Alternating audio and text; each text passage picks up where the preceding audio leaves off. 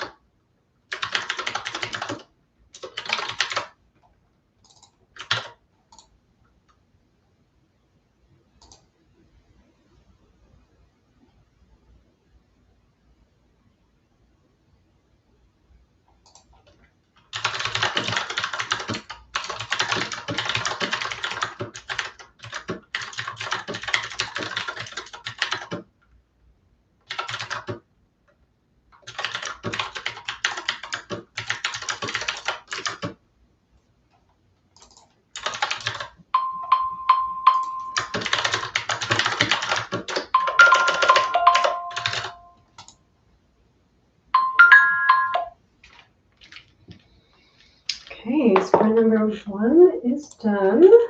Great job, guys. Type in the chat. Tell me how it went. Hope that was a good sprint. Let's see. Where did I end up? 121, 472.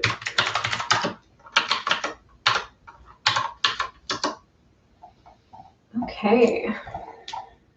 So I'm going to take a quick break here. I'll answer a few questions and then we'll get back into the next sprint. Let's see. I saw a super chat come in while we were on that sprint, so I'll grab that one first.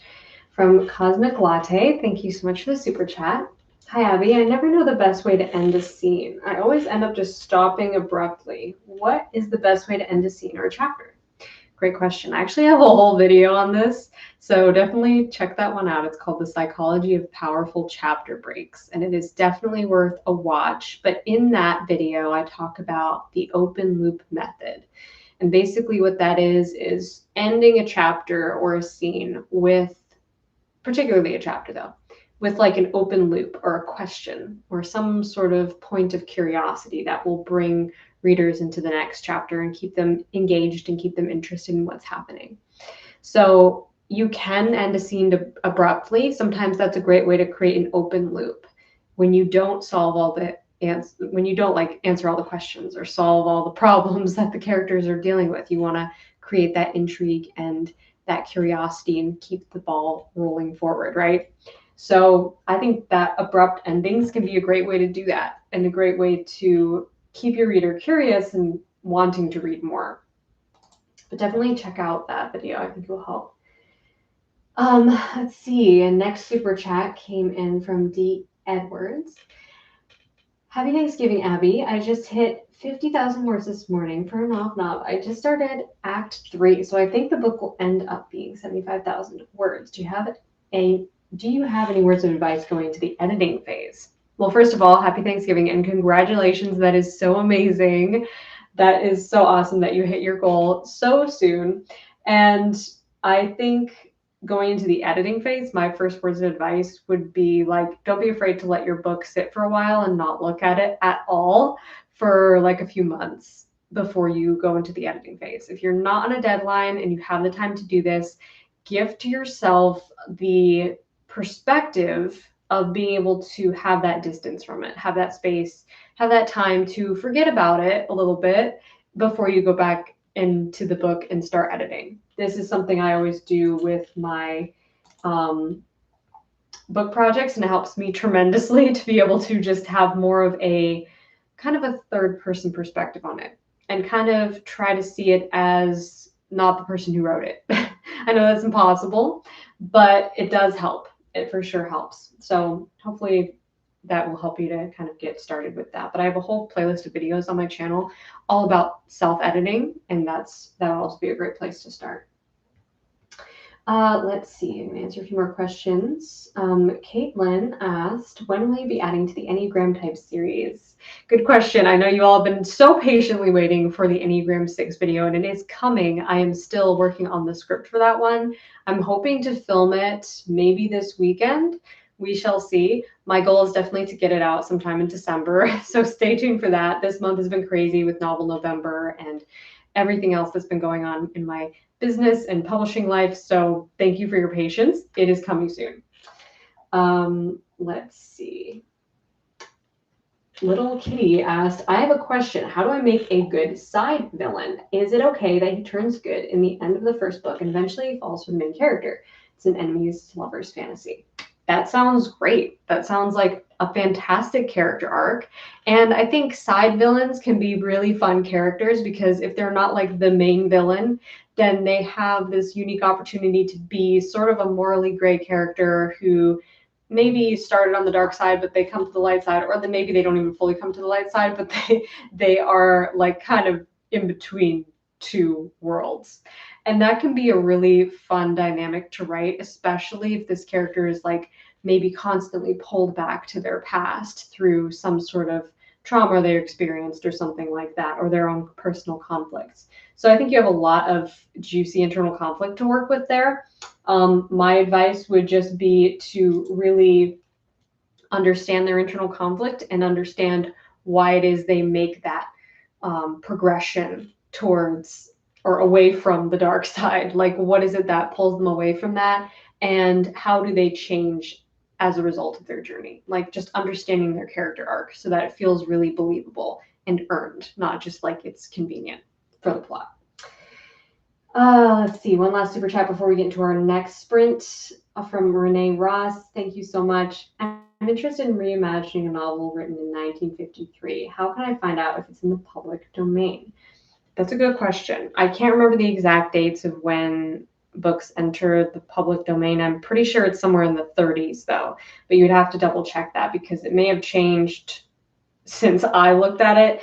But usually if you just Google how old does a work have to be in the public domain, you'll find the answer. Also, sometimes the rule of thumb is the author's lifespan plus 70 years. So like if the author is no longer alive, then 70 years after that point, I believe it enters the public domain. But again, double check that because I'm not fully up on my public domain facts. It's always good to double check. Okay, so let's get into our second writing sprint. Don't worry if you have more questions that I didn't get to. I'm going to get to those in the next break. But first, let's keep this rolling.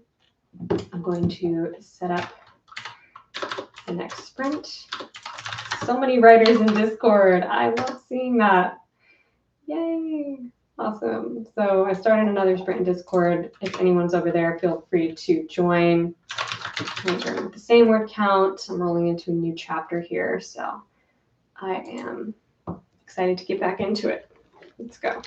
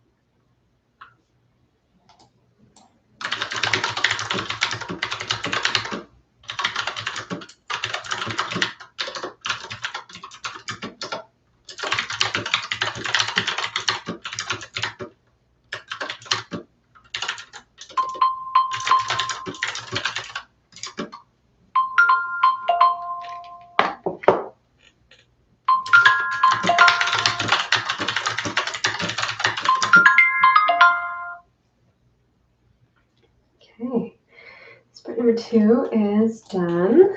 Great job, guys. Hopefully that was a productive sprint for you. Type in the chat. Let me know how it went.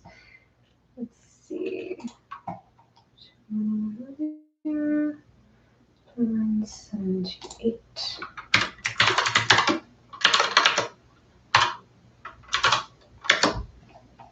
Okay. Hope you guys had a great sprint. Awesome. Great job. Congrats. You are doing so amazing. Okay, so before we get into our next sprint, I'm going to answer a few questions. I saw some super chats come in, so I'm going to grab those first. Okay, let's see. First one, hi Abby, how do you make your mind map of world building? Very good question. I have a whole video on world building. That's actually a portion of my live training on world building. So it's very in-depth. I recommend checking that out. It's on my channel. If you type in Abby Emmons world building on YouTube, it will come right up. But in that video, I talk about the mind map that I personally use, which is very simple. It's easy to use, and that's what I love about it.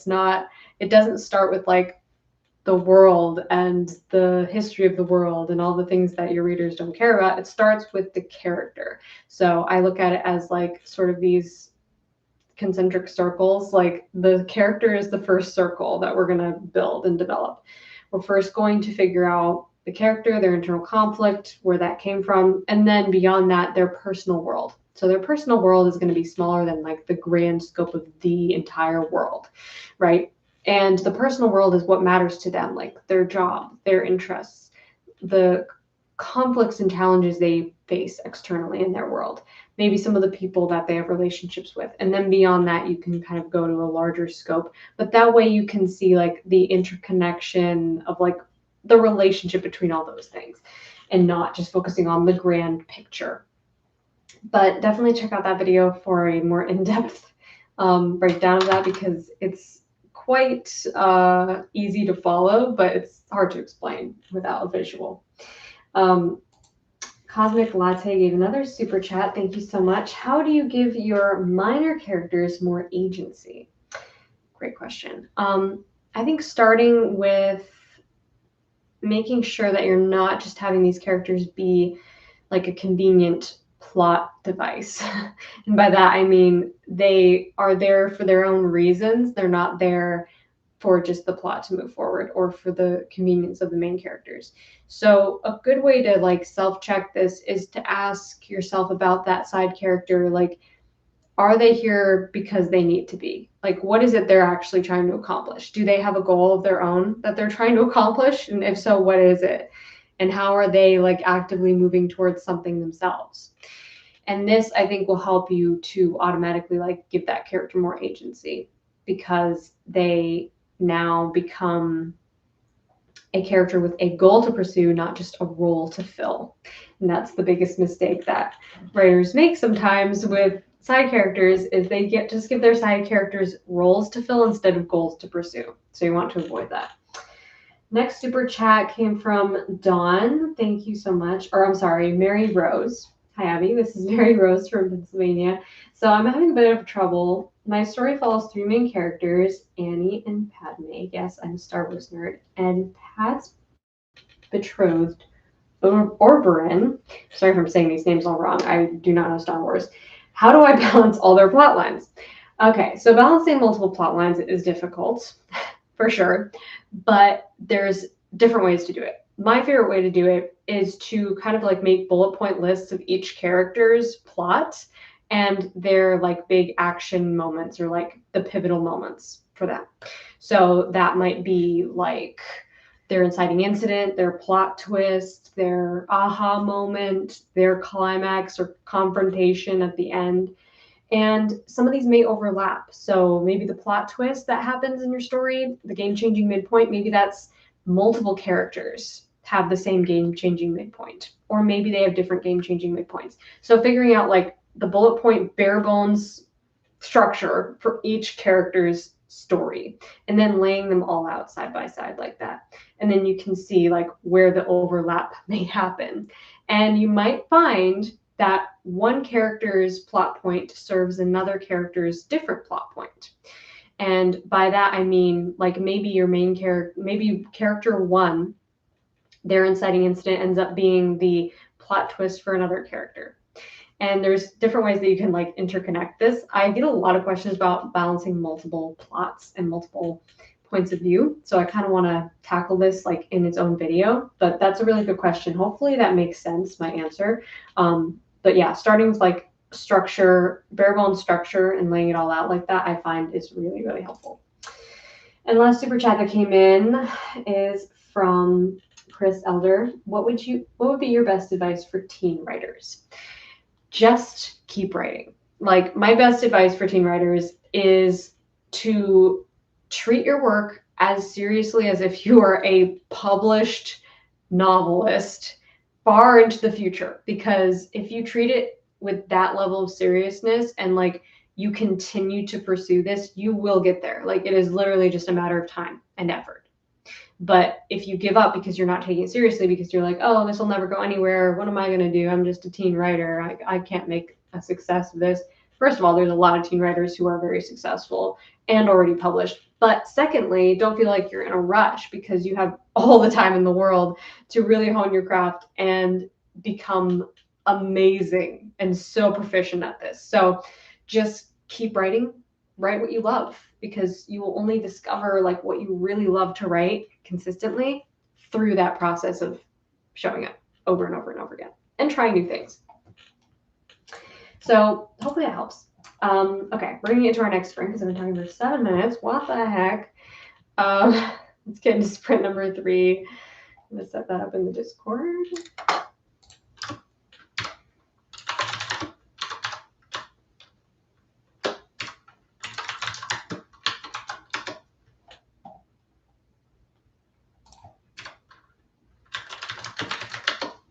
Okay, we're at 25 minutes.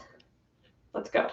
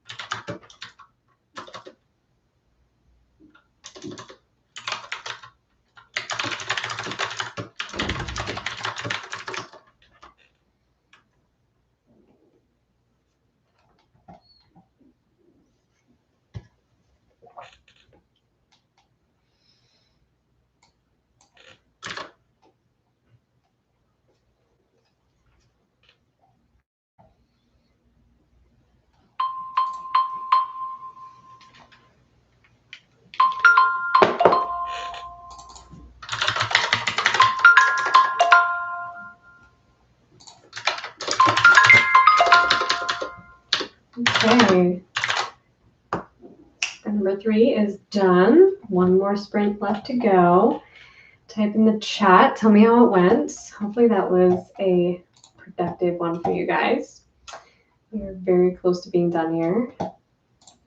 Let's see.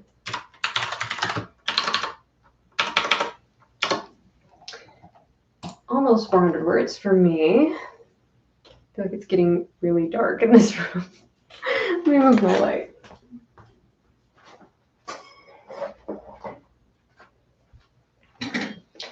Okay, so that was a productive sprint for you all. Amazing. Wonderful job. Awesome.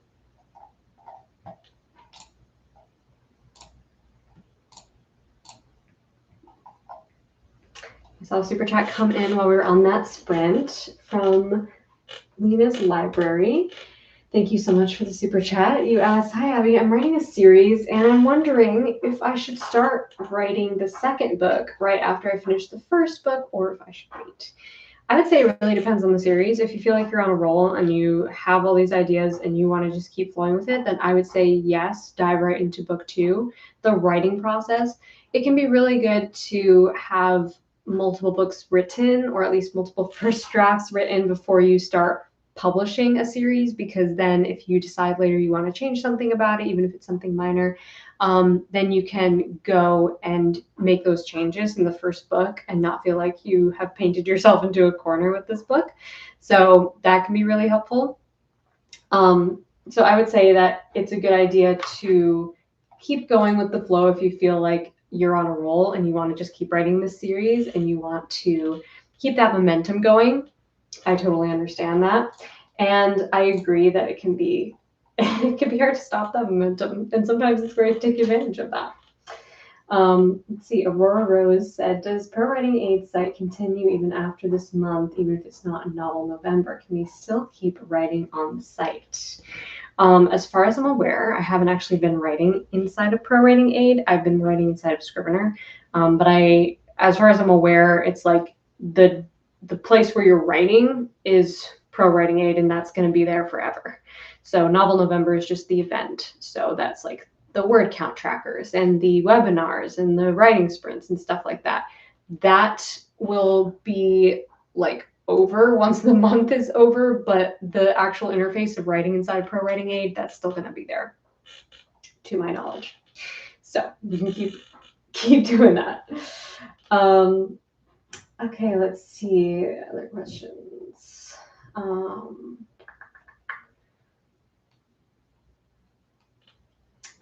Let's see, do you have any recommendations for pre-made world-building templates for sci-fi and fantasy that can help me avoid falling down the fun but all-consuming rabbit hole of world builders disease?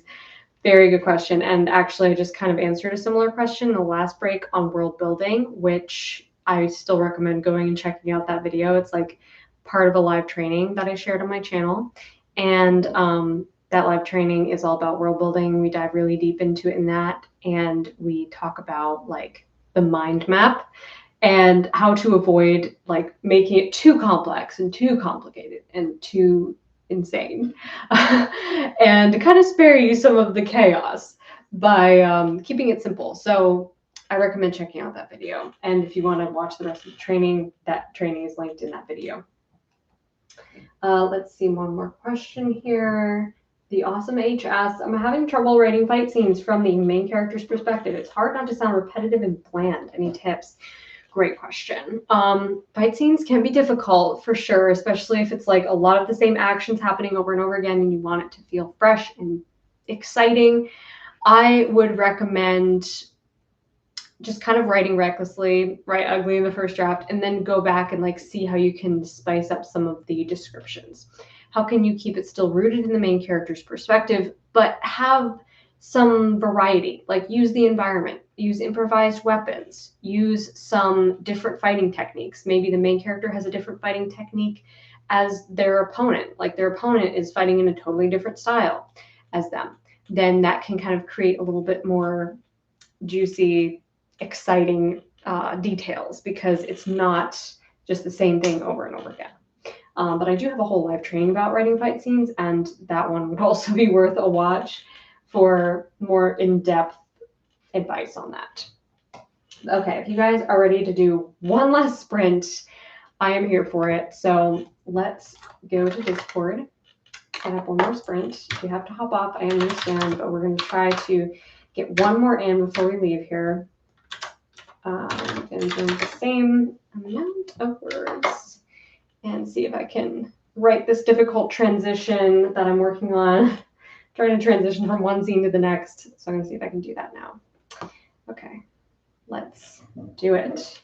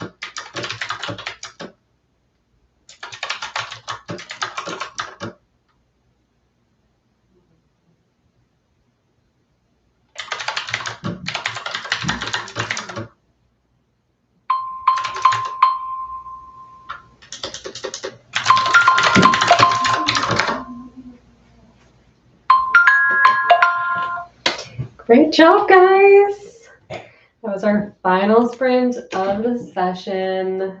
Type in the chat, tell me how it went. Hopefully that was a productive final sprint for you guys.